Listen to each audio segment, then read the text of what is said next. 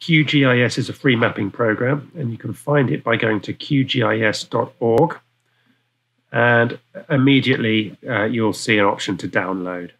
If you explore the website, you'll also find a number of other resources, including a description of the program and a user guide, training manual, and a series of tutorials. Okay, but we're going to have our own tutorials specifically for phase 1 mapping and the basics that will be on Brightspace as well. So if I go back to the home page, I can go to download now and choose the version that I need. You may be on a Mac, in which case you should be able to choose, there we go, versions for Mac. It's a minority of students we find use Linux, but it's the option's there if you need it. There are some apps for mobile and tablet, but we don't teach with those, but you're more than welcome to explore for yourself. But most of you are probably on Windows, and so you can have latest release there, which is richest on features, but some of those elements will be in testing, and we won't be using those. So you probably want the long-term release, which will crash less often.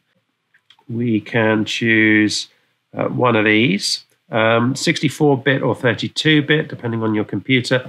These days, if you've got a reasonably new computer, you'll probably be on the 64-bit version.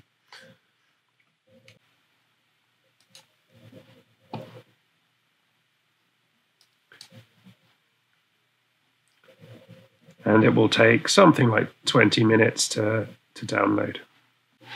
And when it has downloaded, you can click on it to open it up.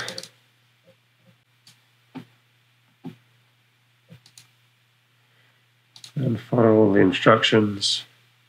Usually the defaults are fine. And click install. You'll see that this is installing QGIS 3.16 or Hanover. But you'll also see that some of the tutorials are recorded on earlier versions of QGIS. They should operate more or less the same way, but you might see some slight differences between the different versions. Once you've downloaded and installed the program, you can click on Finish, and you should now be able to open up QGIS from your program files.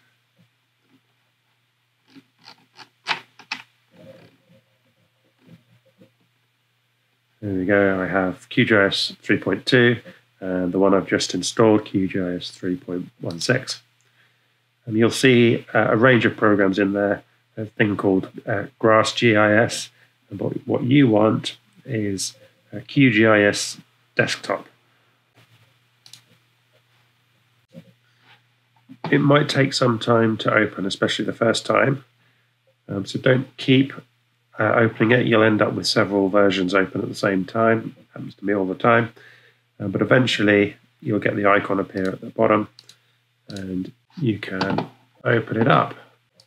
So this is the first time I've opened this version. It still recognizes the projects I've done in previous versions, which is nice.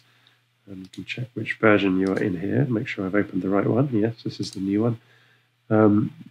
These sections are new, so news and project templates I've not seen before in previous versions, but they will go away once you open them. In fact, it's a good place to start is new empty project, and there we go. And this is where the first tutorial within QGIS starts.